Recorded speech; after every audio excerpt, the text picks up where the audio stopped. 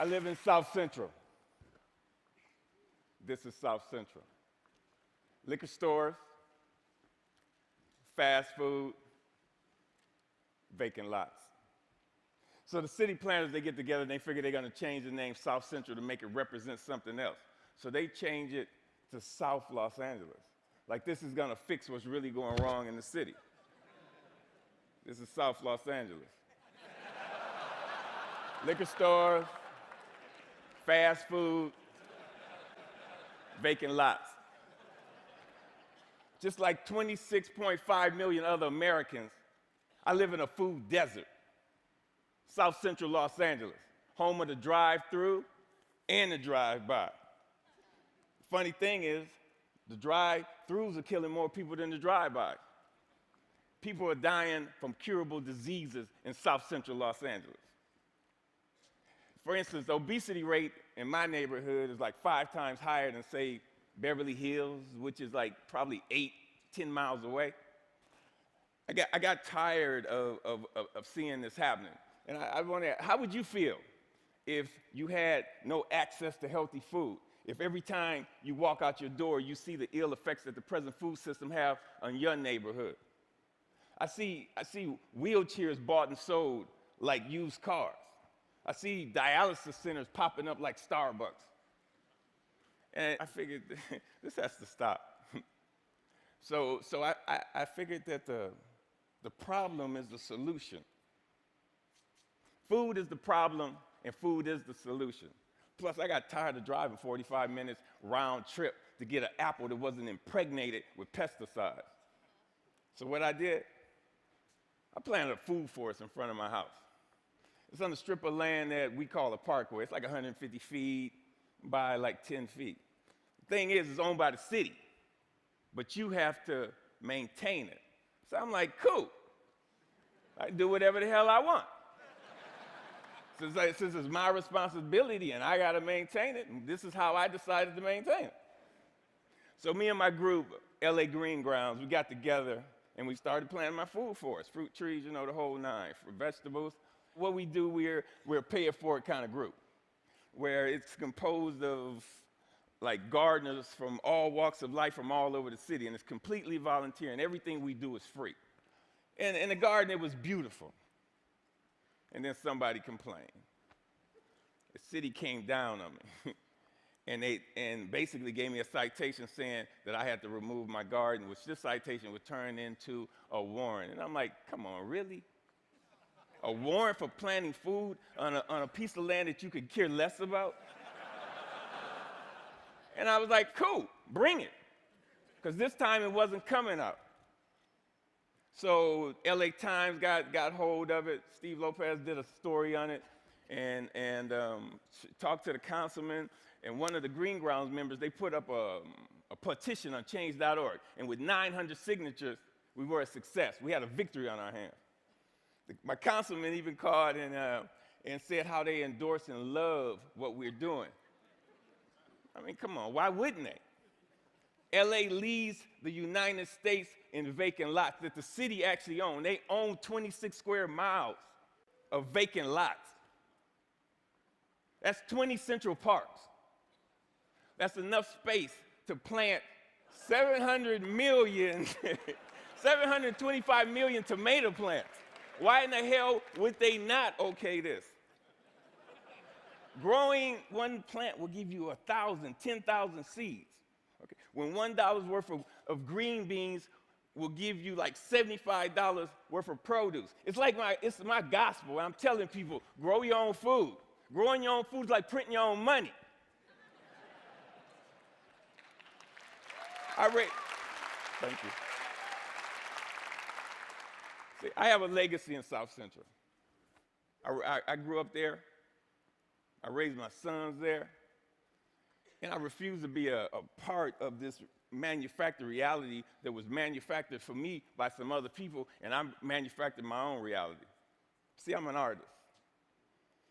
Gardening is my graffiti. I grow my art. Just like a graffiti artist, where they beautify walls, me, I beautify lawns, parkways. I use the garden, the soil, like it's a piece of cloth.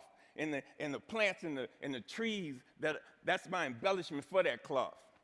You'd be surprised what the soil could do if you let it be your canvas.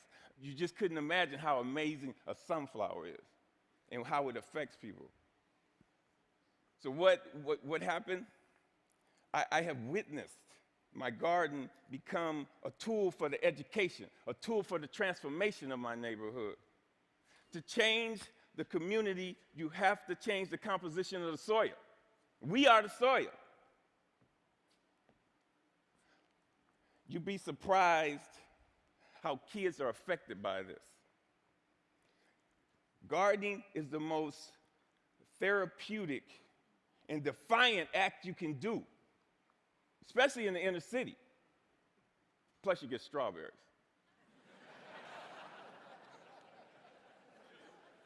I remember this time, there was this mother and a daughter came. They were. It was like 10:30 at night, and they were in my yard. And I came out, and they looked so ashamed. And I'm like, man, it made me feel bad that they were there. And I told them, you don't have to do this like this. This is on the street for a reason. It made me feel ashamed to see people that was this close to me that was hungry, and this only reinforced why I do this. And people ask me, Finn, aren't you afraid people are going to steal your food? And I'm like, hell no, I ain't afraid they're going to steal it. That's why it's on the street. That's the whole idea. I want them to take it, but in the same time, I want them to take back their health. There's another time when I put a garden in this homeless shelter in downtown Los Angeles. The guys, they helped me unload the truck. It was cool. And they just shared the stories about how this affected them and how they used to plant with their mother and their grandmother. And it was just cool to see how this changed them if it was only for that one moment. So Green Grounds has gone on to plant maybe like 20 gardens. We've had like 50 people come to our dig-ins and participate in this, all volunteers. If kids grow kale, kids eat kale. If they grow tomatoes, they eat tomatoes. But when none of this is presented to them, if they're not shown how food affects the mind and the body, they blindly eat whatever the hell you put in front of them. I see young people, and they want to work, but they're in this thing where they're caught up. I see kids of color, and they just on this track that's designed for them that leads them to nowhere. So with gardening, I see an opportunity where we can train these kids to take over their communities, to have a sustainable life. And when we do this, who knows? We might produce the next George Washington Carver. But if we don't change the composition of the soil, we will never do this. Now this is one of my plans. This is what I want to do. I want to plant a whole block of gardens where people can share in the food in the same block. I want to take shipping containers and turn them into healthy cafes. And now don't get me wrong.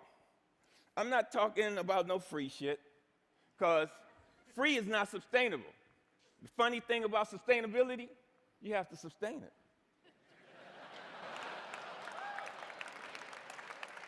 What I'm talking about is putting people to work and getting kids off the street and letting them know the joy, the pride, and the honor in growing your own food.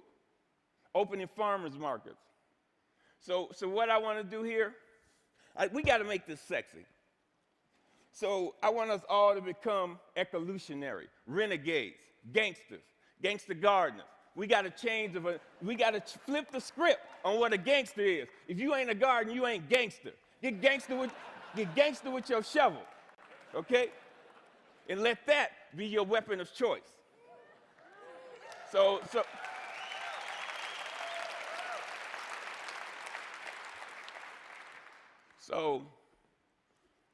basically, if you want to meet with me,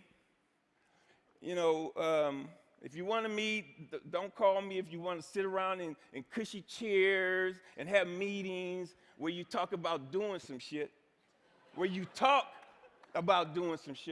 If you want to meet with me, come to the garden with your shovel so we can plant some shit.